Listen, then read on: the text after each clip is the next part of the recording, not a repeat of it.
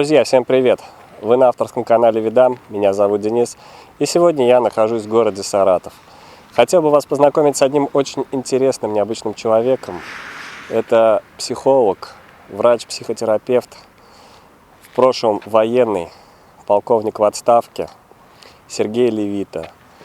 Сергей считается одним из лучших психологов города Саратова, которого очень большой стаж работы и огромное количество его клиентов.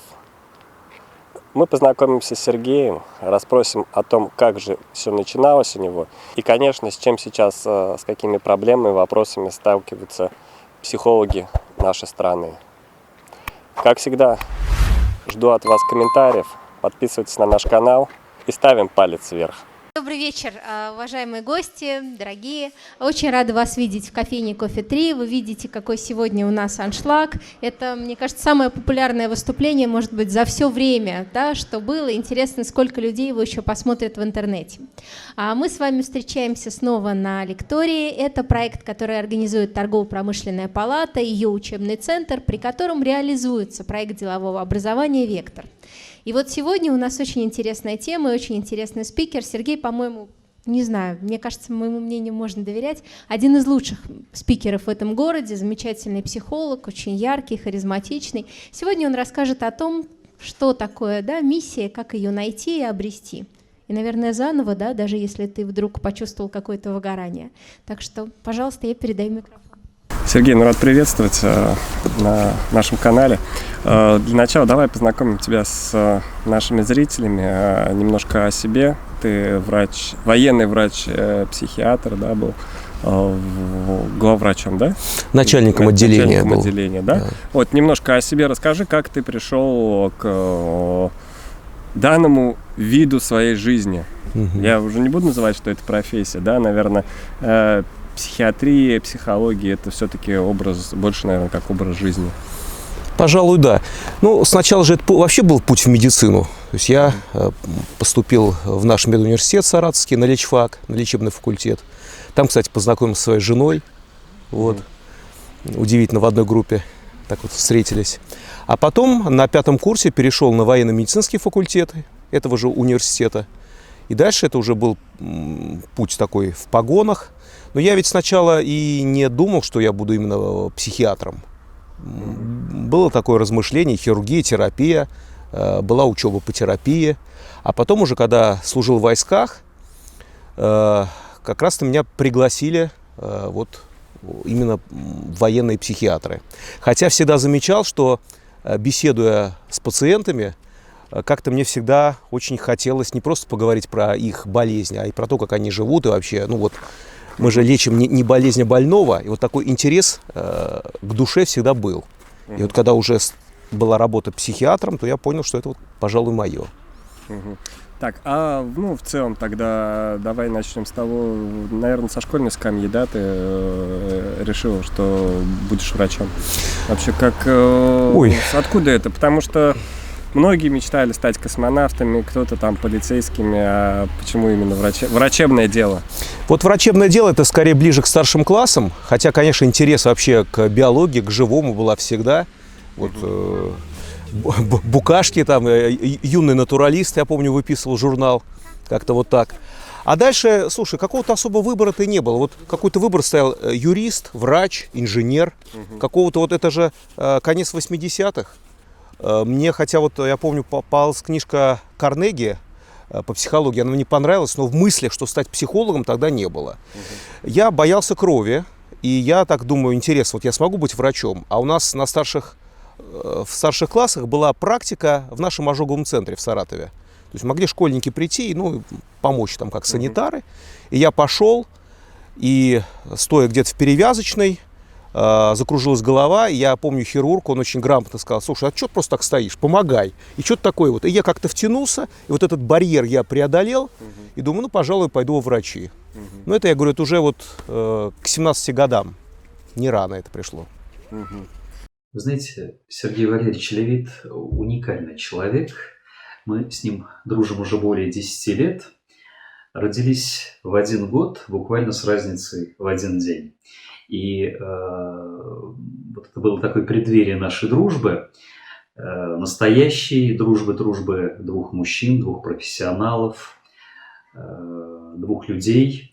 И много раз я убеждаюсь в том, что психологи – люди, обладающие эмпатией, сопереживанием, обладающие внутренним обаянием, обладающие взаимовыручкой, а вот Сергей Валерьевич, на мой взгляд, обладает всеми этими качествами вдвойне.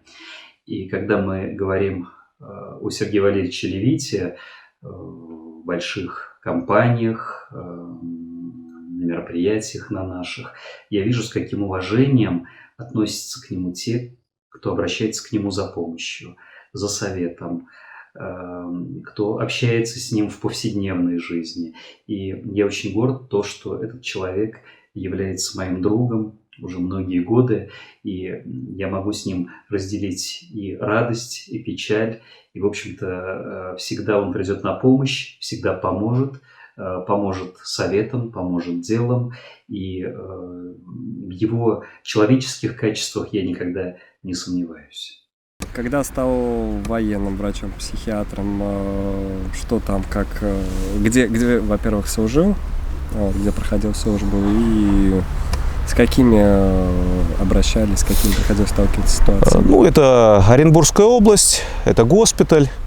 Ну, это и солдаты, офицеры со стрессами, плюс какие-то проблемы в поведении у военнослужащих. Были и участники боевых действий, которых надо было там по каким-то моментам реабилитировать, да, вот такие моменты. Но опять-таки вот все-таки психиатрия — это больше лечение препаратами. Опять-таки в психиатрии мне больше всего нравились разговоры, скажем так, психотерапевтические моменты. И потом это перешло именно в психотерапию. По оргштатным мероприятиям закрыли отделение. Вот я уволился на гражданку. Вот приехал в Саратов, и здесь началась уже чисто психотерапевтическая работа. Общий стаж службы какой у тебя? 13 лет, да.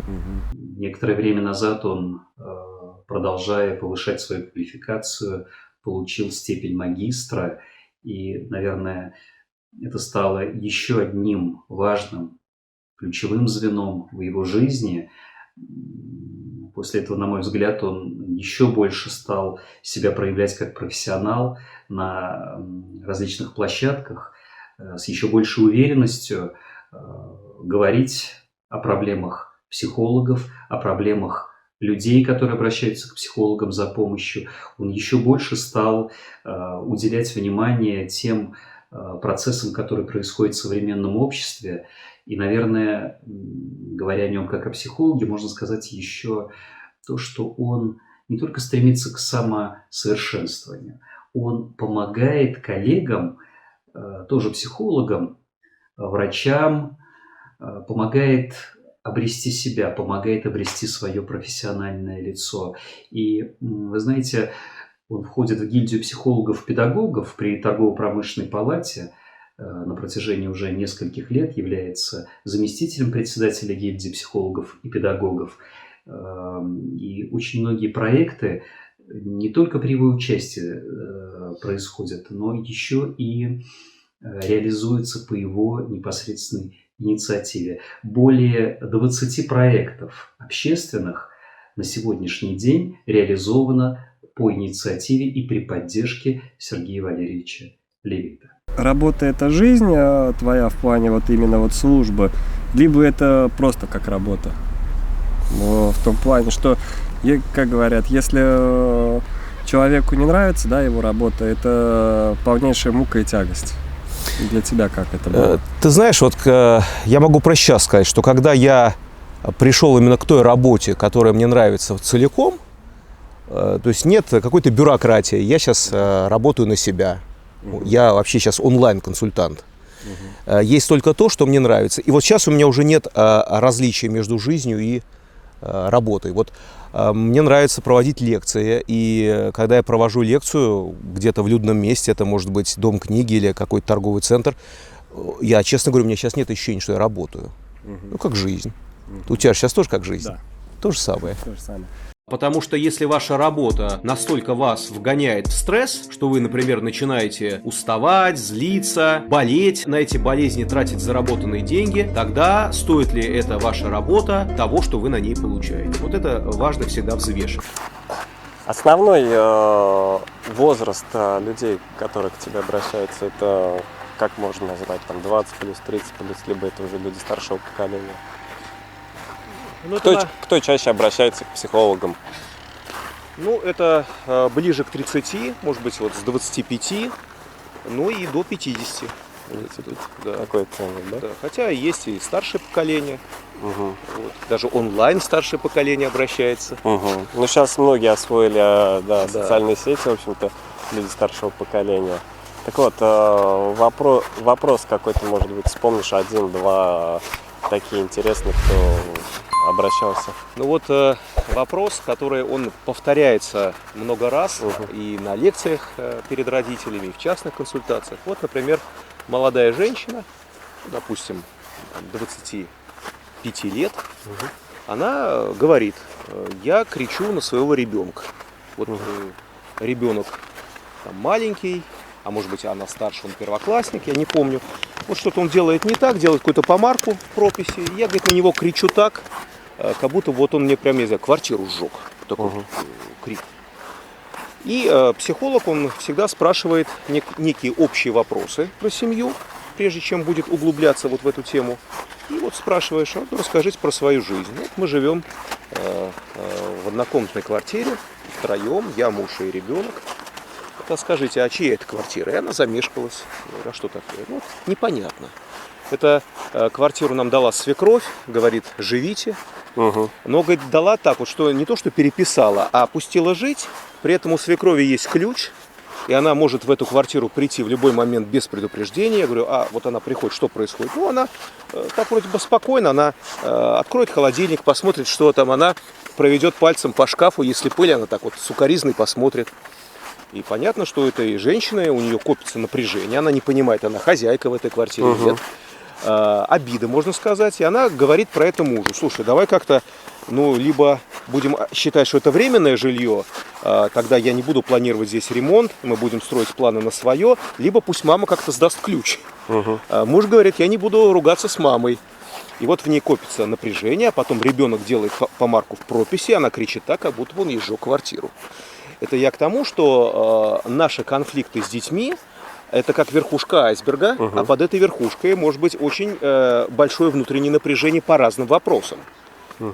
И поэтому часто первая встреча с семьей, она по поводу ребенка, а дальше это могут быть встречи вообще не по поводу ребенка, а по поводу границ их семьи, по поводу их каких-то тревог между собой. Потому что дети — это та вот канарейка, которую брали на подводную лодку, и когда там атмосфера становилась удушливой, она падала с жердочки, они понимали, что надо всплыть и проветрить. Многие лично из общения знаю, и из интернета знаю, тебя признают одним из лучших психологов города Саратова. Вот. Каково это становиться, и как так нужно стать, что ты один из признанных профессионалов этого дела? Я думаю, знаешь, про что речь идет? Про некую такую известность, потому что было очень много просветительской деятельности. Вообще в Саратове огромное количество замечательных психологов, знаю их лично и могу сказать и лучше. Но с 2011 года несколько раз в месяц провожу встречи. То есть это вот выход к людям, разговор, поэтому, может быть, и известно. Вот про меня. Вот говоря о встречах, сам, в общем-то, я смотрел некоторые встречи, которые доступны онлайн, да? Вот. Как они проходят, на какие темы, как выбираются эти темы? Слушай, иногда, конечно, я спрашиваю в конце лекции, что вам интересно в следующий раз, но зачастую это то, что вот о чем хочется говорить сейчас, потому что когда ты говоришь о том, что тебе сейчас хочется говорить, это как-то убедительно происходит. Сейчас о чем хочется говорить? Сейчас хочется говорить про смысл жизни, про то, как не потерять себя, когда все вокруг меняется. И вот эти лекции сейчас, они идут очень хорошо. Сегодня у нас тема «Миссия. Как ее найти?», личная миссия «Как ее найти?». Скажите, пожалуйста, мы можем в качестве синонима слова «миссия» взять такое слово, как «призвание»? Нормально? Что миссия как-то более звучит так вот брендово, а тут призвание. Как найти свое призвание? Поднимите, пожалуйста, руки здесь сидящих, у кого есть ощущение, что он нашел свое призвание.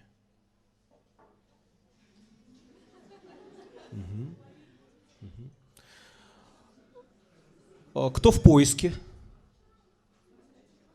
Так, хорошо. Сейчас вот поколение ТикТока, да, вот что они очень, ну, в принципе, раньше дети, если копировали от своих сверстников, от подростков старше, да, которые же были во дворе, сейчас все-таки больше дети уподобляются тем, кто публикует какие-то порой настолько похабные ролики в ТикТоке. Ну, двор перешел туда. Да, двор перешел туда. Вот как с этим бороться? Ну, опять-таки, помимо двора в ТикТоке, у ребенка еще есть семья. И, опять-таки, если это же тоже такой его социум. Вот если там хорошие отношения, если там хороший контакт ребенка с отцом, с матерью, с братьями и сестрами, то это перевесит ТикТок. А вот если в семье все очень на отдалении, каждый в своем, то чем больше будет дистанция в семье, тем больше ребенок ныряет туда. Он там ищет свою стаю. И кого он там найдет, большой вопрос. В общем-то, ты еще известен не только как психолог, но и как творческая личность. Читал твои рассказы, басни, какие-то ремиксы. Вот это вот «Стрекоза и муравей», это просто шедевр. Это просто шедевр, да? Хочешь иметь стрекозу, не будь муравьем, да, или как она там правильно называется? Хочешь иметь стрекозу, надо пахать и пахать. Да. Откуда вот это творческое начало в тебе? Как пришел, что начал писать стихи, рассказы? Вот это самое интересное, потому что первый стих я написал лет в 7. Вот, я даже помню, его принес в школу, где-то его даже в какой-то газете опубликовали. И всегда нравилось выступать, приходили гости и какие-то танцы, пляски в 5 лет. И я тебе скажу, даже раньше, чем стать врачом, я думал, может быть, вообще в артист пойти. Вот поэтому, слушай, это очень давно. Вот. А так стихи иногда пишу. Стихотворение же, оно, ну, правда, иногда очень емко раскрывает какие-то большие вещи. Что вы думаете о чтении художественной литературы и просмотре художественных фильмов? Есть мнение, что это эскапизм, прокрастинация и забивание мозгов чужими фантазиями, в том числе и невротическими. Слушайте, ну, смотря с каким настроем вы смотрите. Например, вы можете читать художественные произведения или фильмы, осознавая, какие там происходят психологические игры, какие там происходят эмоциональные переживания, совершенно не беря в пример этих людей. Вот, например, психологи во время обучения, мы смотрели огромное количество фильмов и обсуждали их. И обсуждение чувств героев, оно очень здорово продвигает в осознанность. В клетке ребер моих с давних детских времен заключается страх перед строгостью важной. Он закован и тих, словно раб заклеймен.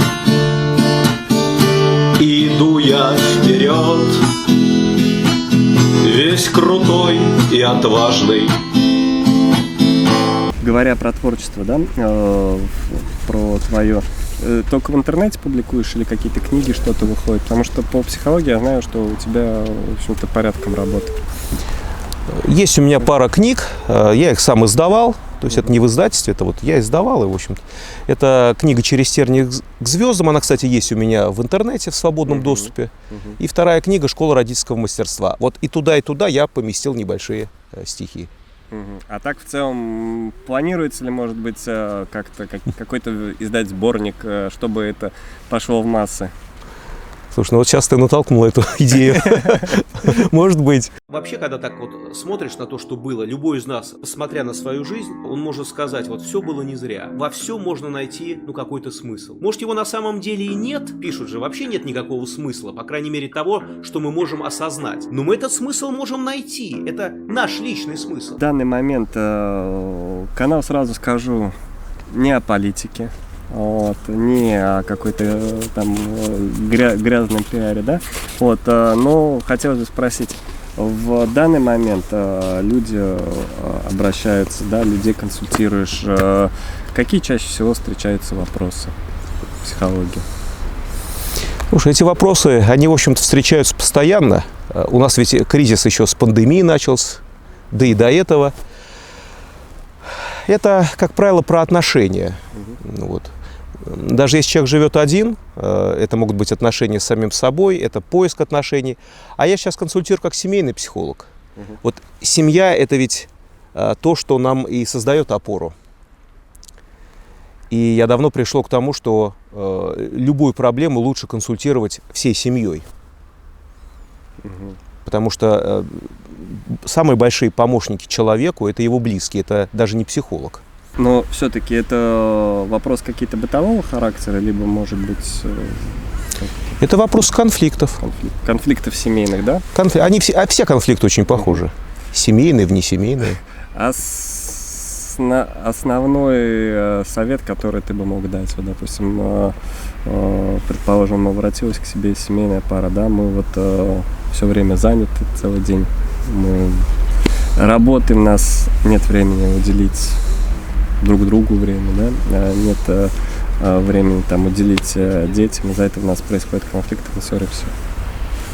Как быть таким парам? Ну, я бы спросил каждого, чтобы они вспомнили, зачем они сошлись вместе, для чего это все было. Потому что мы сходимся для того, чтобы нам было хорошо, но потом мы уходим в какие-то боковые ответвления. Работа – это важно, конечно, да, в тех же детей это тоже важно, но совершенно проседают отношения мужа и жены. И они вдруг понимают, что они очень, далеко друг от друга. И тогда разговор про то, хотят ли они вернуться друг к дружке. Вот. Про это важно помнить. Знаешь, как получается очень сейчас часто, что в семье как-то утрачивается иерархия. И родители подростков, они себя могут ощущать даже не как родители, а как скорее старшие братья и сестры. И вообще есть проблема в установлении границ. Поэтому, когда подросткам пытаются отрегулировать, например, их время в интернете, это сталкивается с очень большими конфликтами. Вот как-то нет умения договариваться заранее о правилах, которые есть в нашей семье. Вот все лучше детям, живем без правил, а потом возникают вот эти вот проблемы в управлении. А ведь все начинается с мелочей. Я вот в свое время был в Томске на каком-то лектории. Меня отвели в музей крестьянского быта. И там вот большой стол, красный угол, где икона. Кто там сидел?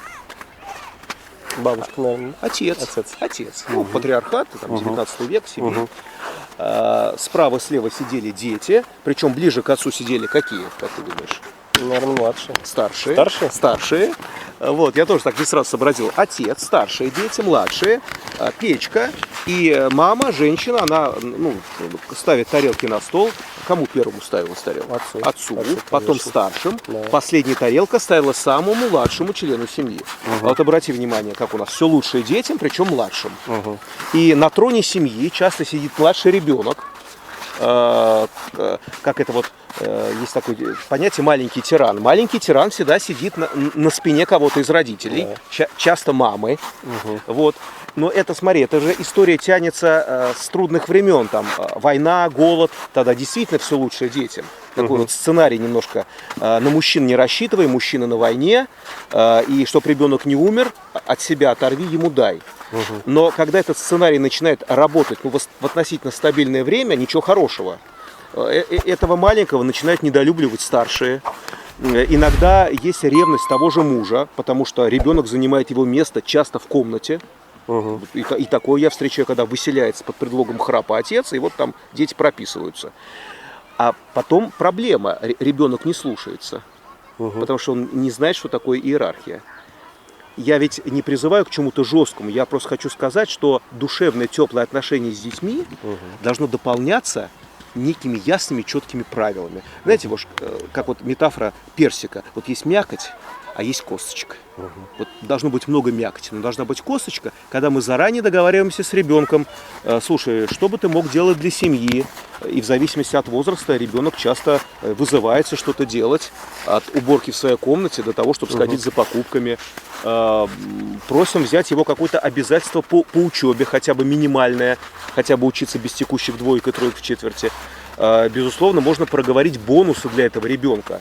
Это те же карманные деньги, это тоже время в интернете. Но обязательно проговариваются и последствия, если он забивает, да, на свои обязательства. Все это проговаривается доброжелательно, за чашкой чая, кругом семьи. Это можно распечатать и подписать не кровью, чернилами.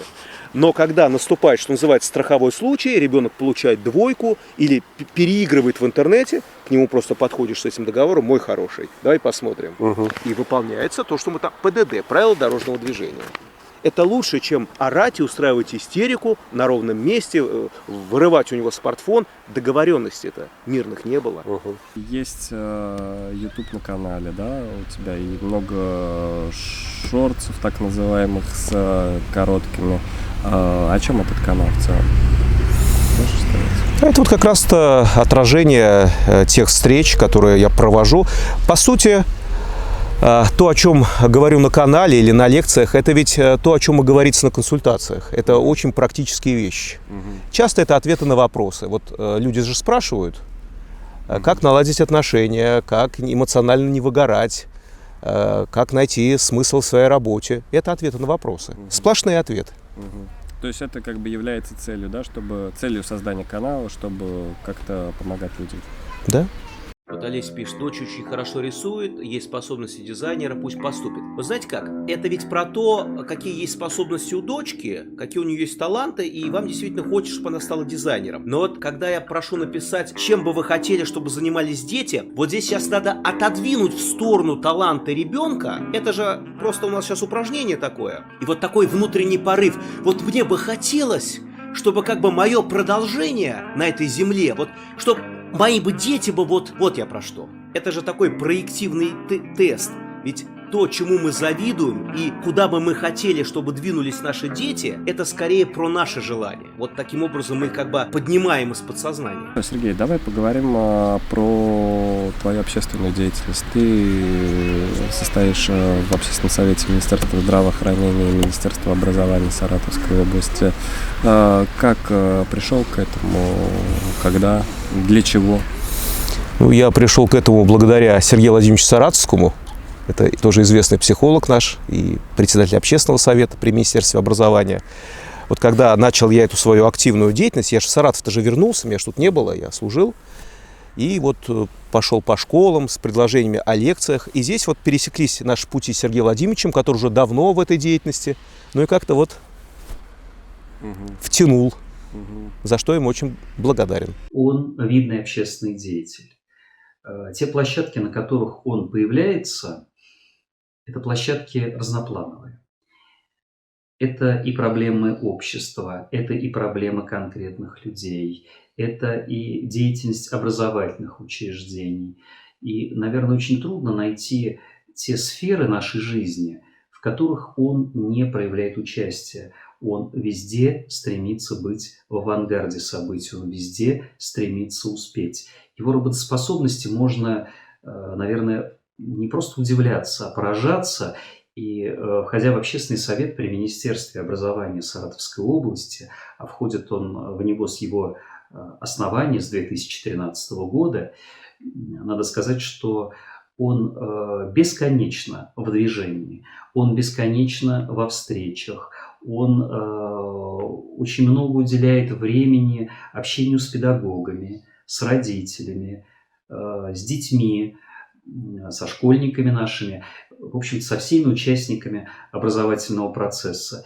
И те проекты, которые сейчас реализуются под эгидой Общественного совета при Министерстве образования Саратовской области, редкий проект в сфере психологии, педагогики проходит без участия Сергея Валерьевича Левита. Его проекты достаточно известны, и, наверное, даже ученые, психологи, те, которые много лет посвятили науке, популяризируют свои знания, свои научные открытия посредством таких людей, как Сергей Валерьевич Левит. Для нас это очень ценно.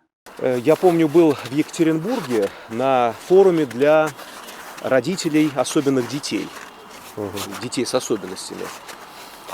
И тоже вот была такая важная встреча.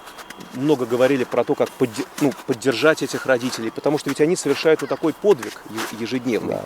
И вот тоже особенность, про которую мы с ними поговорили, эти замечательные люди, они очень умеют помогать, они на это настроены, но они часто не пробуют просить о помощи. Они считают, что вот они должны как они уже на остатках сил, да, вот нести свой крест. И я с удовольствием услышал, что многие объединяются в такие группы, они помогают друг другу и морально поддерживают, и физически могут помочь.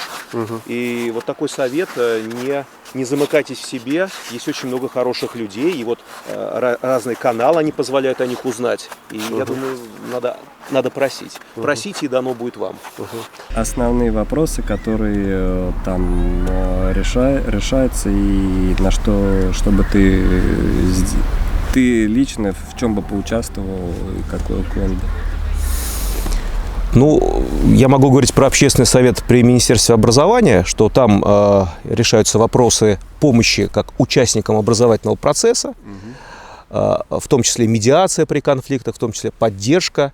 Ну, для меня, наверное, это ближе. И вот проект, который поддерживает общественный совет при Министерстве образования, Национальная родительская ассоциация, это школа родительского мастерства. Вот он, кстати, идет года, наверное, действительно с 11-го. Это лекторий, который совершенно бесплатно проводился в школах, ну, по крайней мере, до пандемии. Сейчас вот потихонечку это все возобновляется. В год участники, было где-то порядка 5000 человек в год. То есть это родители. На некоторые лекции мы приглашали старшеклассников. Это очень здорово, когда сидят рядом. И на каждых лекциях присутствовали педагоги данной школы. И вот это все проходило в городах, кстати, Саратова и Энгельса. Что-то мы даже в Балаково проводили. Ну и, в общем-то, по области мы ездили с этими лекциями. Поподробнее про вот эту вот школу. Как это же, насколько я читал, знаю, это все как раз пришло в тот момент, когда вы были уже в общественном совете, да, при министерстве? Ну, параллельно примерно. Параллельно, вот так да? Это все. Да. Вот, основные цели создания всего этого. Основные... Все-таки это как-то образовать, либо помочь в плане конфликтных ситуаций? Это скорее как профилактика, чтобы потом людям не пришлось идти уже к детским психотерапевтам, к семейным, чтобы предупредить. Или чтобы люди поняли, что есть проблема. Например, плохо ведущий себя ребенок или часто болеющий ребенок, это может быть индикатор того, что есть неблагополучие в семье. И вот, кстати, многие после этих лекций подходили и спрашивали, а вообще кому можно прийти, с кем проконсультироваться, потому что мы поняли, что есть вот проблема. Я частый зритель социальных каналов на Ютубе, таких как самый известный это «Соул пацана», «Сансара» каналы, да? Вот. Чем они хороши? Нужно ли это в целом? Потому что одно из мнений, что это порой вызывает у людей какой-то потребительский характер, что нет, они им помогли, значит, и мне, наверное, должны помочь. Я слышал как-то фразу «истина не в словах говорящего, а в ушах слушающего». И понятно, что один и тот же материал, он будет всеми воспринят по-разному, хоть это канал, хоть это живое общение, но ведь все равно будет кто-то, кто захочет помогать. И ради этого, я думаю, пускай будет. Ну, да, как бы А другое изменение, в том числе и мое, что вот я, допустим, увидел, вдохновился примером и также начал помогать. Конечно, конечно. Мы же вдохновляемся. Мгм. Это Вот. важно. Да, потому что как бы все равно такие вещи, они заставляют, наверное, задуматься. Что мне сделать с тобой? Как по капле изгнать? Я спросил у раба, приперев его к стенке. Он сказал: мы с тобой будем век коротать. Не поможет тюрьма распрямить мне коленки. Он сказал: мы с тобой будем век коротать. Не поможет тюрьма распрямить мне коленки.